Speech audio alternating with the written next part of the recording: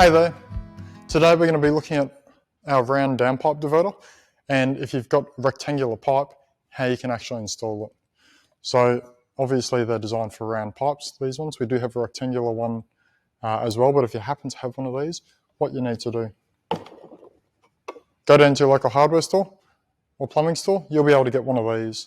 So it's a rectangular to round adapter. You can get heaps of different sizes depending on what size rectangular pipe you've got.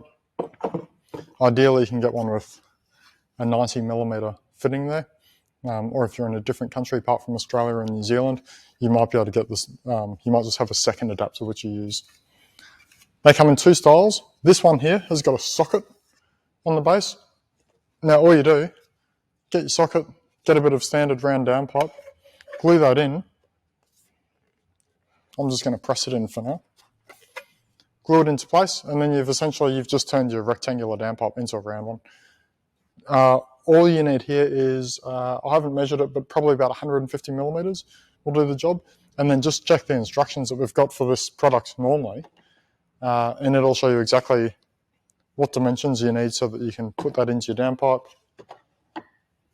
and slot it into place. I've just got it sitting in a cardboard box just because I was, rushed to come and make the video, to be honest. The second type you'll get, so these ones have all got sockets on the bottom. This one happens to have one which is a pipe size, so it's also known as a spigot fitting.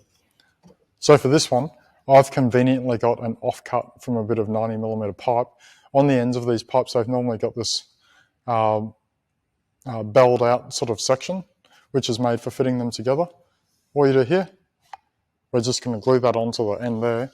And essentially, it's the same thing as what we spoke about before. Now we've just got a nice round bit of pipe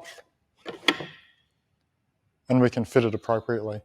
If you don't have a piece of pipe with a bell on it, all you need is a coupling, a female-female coupling.